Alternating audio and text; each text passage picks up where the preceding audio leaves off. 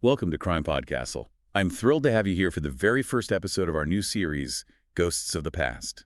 Over the next 5 weeks, we'll revisit some of the most haunting and forgotten crimes that were reopened or resolved due to advances in technology, fresh evidence, or renewed public interest. It's a fascinating concept, really, the idea that justice, even if delayed, can still find its way through the cracks of time. Exactly. And for our first deep dive, we're traveling to 1992 to the city of Ajmer in India, where a shocking scandal unfolded, one that intertwines with a place of deep religious significance, the Ajmer Sharif Dargah. Have you ever heard of it? Yes, it's a revered Sufi shrine drawing millions of pilgrims from all walks of life. It's known for its atmosphere of peace and unity, which makes the events that transpired there all the more jarring. You're right. It adds another layer to the story. This wasn't just a crime. It was a deep betrayal of trust that played out against a backdrop of faith and vulnerability. We're diving into what's known as the Ajmer Dargah Sex Scandal, a case where a network of influential men systematically preyed upon young women, often exploiting their aspirations and dreams.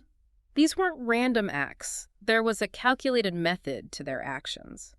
The perpetrators, some of them members of Ajmer's prominent Chishti family, used their status and influence to create a system of manipulation and control, specifically targeting school and college students. I could see where this is going. They used classic tactics, didn't they? Things like promising career advancement or romantic relationships to lure these young women in. Precisely. They understood the societal pressures these young women faced, the aspirations they held, and they twisted that, using promises of social connections and support to gain their trust. It's a chilling example of how those in positions of power can exploit the vulnerabilities of those seeking guidance or opportunity. It's heartbreaking to think about. And to add to the horror, these men orchestrated compromising situations, often photographing their victims to further cement their control. Sadly, this tactic is a recurring theme in cases of exploitation. It preys on the fear of social stigma, particularly potent in a culture where the burden of shame is often placed on the victim. Imagine the pressure these young women felt, knowing that their reputations, their family's honor, could be destroyed with a single image. It must have felt inescapable, especially back in 1992 when social attitudes surrounding such abuse were even more conservative, making it even more difficult for victims to speak out. Absolutely. The perpetrators banked on that silence, relying on the fear of social ostracization to keep their victims trapped. Do we know anything about these perpetrators? Who were they? Several of them were members of the Chishti family, a name that carried significant weight in Ajmer. We're talking about Nafis Chishti, Farooq Chishti, and Anwar Chishti. Big names, big influence. No wonder it took so long for this to come to light. And we can't forget their associates outside the family. Shamsuddin, also known as Maradona, Ishrat Ali, and Moijula, who went by the alias Putin. These individuals formed a network, each playing a role in this web of deceit and abuse. Were there any specific stories that stood out to you as you learned about this case? There are many, but two stories particularly resonated with me. One is the story of Sangeeta, a young woman with dreams of a political career. She saw these men as mentors, guides to help her navigate that world. Instead, they took her to an isolated farmhouse, assaulted her, and then threatened to expose her if she dared to speak out. That's horrifying. To exploit her ambition like that is just... It is. And then there's the case of Madhubala. She endured repeated assaults, not just by one, but by several men within this network. In her case, the threats went beyond her own reputation. They threatened to harm her family if she ever reported the abuse. Using fear to silence victims, a classic tactic of abusers. It's sickening how calculated their cruelty was. And for years, this network operated with impunity. The power of their connections, the fear they instilled, and the societal pressure that kept victims silent. It all worked in their favor. But then, a crack appeared in their carefully constructed facade. In April 1992, an anonymous whistleblower stepped forward. That's often the turning point in these types of cases, isn't it? A single act of courage that shatters the silence. Indeed. This brave individual provided evidence to a local newspaper, the Navajyoti, exposing the scandal to the world. And that's where the power of investigative journalism comes into play. Despite the risks, the Navajyoti decided to publish the story. That must have taken a lot of guts. It did, but their decision was crucial. The newspaper published photographs corroborating the victims' accounts, and suddenly the veil of secrecy that had protected these perpetrators for so long was ripped away. It went from whispers to a full-blown public outcry. People were demanding justice. Rightfully so.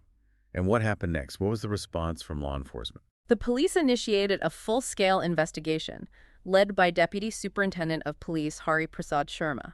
They filed an official case known as an FIR, or First Information Report, which is the first step in the Indian legal system for registering a criminal offense. This particular FIR, numbered 1071992, was filed at the Ganj police station. So this FIR was the official start of the legal battle. What kind of evidence did they manage to gather? The police were thorough. Over 148 witnesses came forward, providing first-hand accounts of the abuse and the methods used by the perpetrators.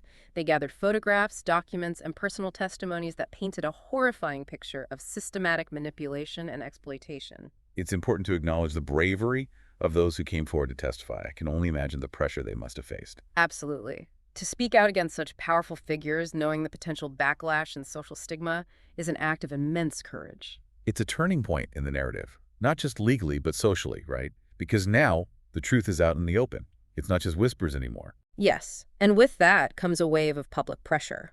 The people of Ajmer, and indeed the nation, were demanding accountability. The question was, could the justice system deliver? And that's a question we'll explore further when we return. Because as we know, the fight for justice, especially when powerful individuals are involved, is rarely straightforward. The public wanted justice, and the wheels of the legal system began to turn. But as we often see in cases involving powerful figures, the path to justice was far from smooth. You're right. Think about the pressure on these young women. They were already carrying the trauma of the abuse, the fear of societal backlash, and now they're thrust into the spotlight of a public trial, having to face their abusers. And we have to remember the context of 1990s India. The societal pressure to protect the family's honor, the taboo surrounding open discussions of sexual abuse, particularly for women from conservative backgrounds, was immense. So even the act of coming forward was an incredible act of defiance in itself. Exactly, and the perpetrators knew this. They anticipated that many victims would be too afraid or ashamed to testify against them, using that societal pressure as a shield. And that's what happened, wasn't it? Sadly, many victims who had initially shown bravery by coming forward ended up recanting their statements in court. It's a complex issue, and it highlights the very real fear and pressure these women faced. To understand why a victim might recant, we need to move beyond the legal term turning hostile and look at the human element. It's not always about changing their mind. Often it's about survival. Protecting themselves and their families from further harm. I see the dilemma. Even though it feels like a setback for the case, you can understand why they might choose that path. It underscores the fact that while legal proceedings are necessary for justice, they can also be re-traumatizing for victims. This is a thread we see throughout history, the struggle to balance the pursuit of justice with the protection of vulnerable individuals. A difficult balance indeed. But despite these challenges, the prosecution pushed forward, right? They did. They persevered, relying on the testimonies of those who remained steadfast, the physical evidence gathered, and the sheer determination of the investigators. But it was a long and arduous process. The case dragged on for 6 years, navigating the intricacies of the Indian legal system. 6 years is a long time for those seeking closure, and for the public to hold on to that hope for justice. It is. And finally, in 1998, a verdict was delivered. The Sessions Court in Ajmer convicted 8 of the accused, including some of the most prominent figures in the scandal. A victory of sorts. At least some accountability was being served. Yes, it was a significant moment. Ishrat Ali and Mojula, who went by the alias Putan, received life sentences for their direct involvement in the assaults. This sent a strong message that the severity of the crimes would be met with the full force of the law. What about the others? What were their sentences? Anwar Chishti and Shamsuddin were sentenced to 10 years of rigorous imprisonment for conspiracy and aiding the crimes. So while not all of them received the maximum sentence, the fact that 8 individuals were held accountable was a major step towards justice. It's a mixed bag, isn't it? On one hand, you have convictions, but on the other, some might argue that the sentences weren't harsh enough considering the scale and impact of the crimes. That's a valid point, and the story doesn't end there. In 2001, the Rajasthan High Court reviewed the case, and this is where things took an unexpected turn. Oh, what happened? While the High Court upheld the convictions of 4 of the accused, they acquitted 4 others, citing insufficient evidence. Among those acquitted were Parvez Ansari and Kailash Soni, individuals accused of playing key roles in the network. So after years of fighting for justice, some of the accused were actually set free. Yes, and to add to the controversy, even for those whose convictions were upheld, the court reduced their sentences. Ishrat Ali, Mojla Anwar, and Shamsuddin all had their punishments lessened. Wow, that must have been a devastating blow, not just for the victims, but for everyone who had been following the case, hoping for a sense of closure. It was. The acquittals and reduced sentences sparked outrage and debate. Critics argued that it sent a dangerous message, that those with power and influence could still evade true accountability. This raises a bigger question, doesn't it? About the limitations of the justice system, especially when dealing with cases where power dynamics are so deeply ingrained. Absolutely. Yeah. It forces us to examine the complexities of seeking justice in such cases and the challenges faced by victims who dare to speak out against those who hold significant power within their community. This case, even though it took place decades ago, feels eerily relevant today, doesn't it? The themes of power exploitation and the fight for justice are, unfortunately, timeless. You're right. And it underscores the need for continued vigilance for empowering survivors and for strengthening systems that are designed to protect the vulnerable, regardless of who the perpetrators are. It's a sobering reminder that the fight for a more just society is ongoing. But before we get too lost in the darkness, let's shift gears a bit. We've talked about the limitations of the justice system back then, but what about now? What advancements could have potentially changed the outcome of this case? That's a great question. One of the most significant developments is the advancement of forensic science, particularly DNA testing. Imagine if that technology had been readily available in 1992. It could have provided irrefutable evidence, potentially swaying the court's decisions, especially in cases where victims felt pressured to recant their testimonies. Exactly. And beyond the courtroom, a more supportive legal and social environment with robust victim protection laws and a deeper understanding of the dynamics of trauma and coercion could have made a world of difference. It's almost like looking through a lens of what if and seeing how far we've come in terms of awareness and resources, but also acknowledging how much work still needs to be done. Yes, and it's important to remember that while this case is rooted in the past, its echoes can be felt in the present. We still see similar cases unfold where power imbalances are exploited and justice is elusive. It's a reminder that the fight for justice is never truly over. There are always lessons to be learned, systems to be improved, and voices that need to be heard. It's heavy stuff, no doubt. But as we wrap up our deep dive into the Ajmer Dargah sex scandal, I'm curious about something. We've talked about the legal aspects, the societal context, even hypothetical what-ifs with modern technology. But what about the human impact? What lasting consequences did this scandal have on the victims, the community, and even the Dargah itself? That's where the true weight of this case lies. For the victims, the scars of this experience run deep. Many have struggled with the psychological and emotional trauma, the fear, the shame that was unjustly imposed upon them. It's a reminder that while the legal battle might have ended, the journey to healing for the survivors is ongoing. Absolutely. And beyond the individual level, the scandal had a ripple effect on the entire community. It shattered the sense of trust, particularly in institutions and figures of authority. The reputation of the Dargah, a place of peace and solace for so many, was also tarnished, leaving a lasting stain on its legacy. That's a tragedy in itself. To have a place of worship, a symbol of unity, become entangled in such a horrific event. But amidst the darkness, were there any glimmers of hope? Did anything positive emerge from this ordeal? The silver lining, if we can call it that, is the awakening it sparked. The scandal forced Indian society to confront uncomfortable truths about power abuse and the silence that often protects perpetrators. It fueled discussions about consent, victim blaming, and the need for stronger legal protections for women.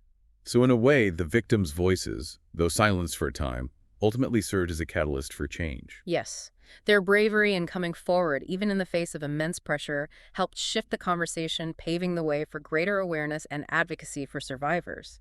It also highlighted the crucial role of investigative journalism in holding those in power accountable. If it weren't for the journalists at the Navayoti who risked their own safety to expose the truth, this network of abuse might have continued unchecked for years. And it's a reminder for us as consumers of information to support and value ethical journalism that shines a light on difficult truths, even when it's uncomfortable. Absolutely. We need to be critical consumers of media, recognizing and supporting those outlets that prioritize truth and accountability over sensationalism. So what's the takeaway? What's the enduring lesson from the Ajmer Dargah sex scandal? For me, it's a multi-layered lesson. It's about vigilance, about questioning those in power, about creating a culture where survivors feel safe and empowered to speak out. It's also about recognizing that justice isn't always swift or absolute, but the pursuit of it remains vital. It's about amplifying the voices of those who have been marginalized and silenced, ensuring that their stories are heard and that they receive the support they need to heal and rebuild their lives. And on a broader scale, it's about recognizing that societal change requires constant effort, education, and empathy. We need to challenge harmful attitudes, promote respect and consent, and advocate for legal and social systems that protect the vulnerable and hold abusers accountable. We began this deep dive by talking about ghosts of the past and the idea that even forgotten crimes can find a path towards justice. But the Ajmer Dargah case shows us that justice isn't just about legal verdicts. It's about acknowledging the lasting impact of these crimes, supporting the survivors, and using these stories as fuel for positive change. It's about remembering learning and striving to create a future where such abuses of power are never tolerated or repeated. Thank you for joining us on this journey into a difficult chapter of history. The ghosts of Ajmer may still linger, but their stories serve as a powerful reminder of the work we still need to do to create a world where everyone feels safe, respected, and empowered. Make sure to follow and subscribe to CrimePod Castle to catch the next episode of our series, Ghosts of the Past.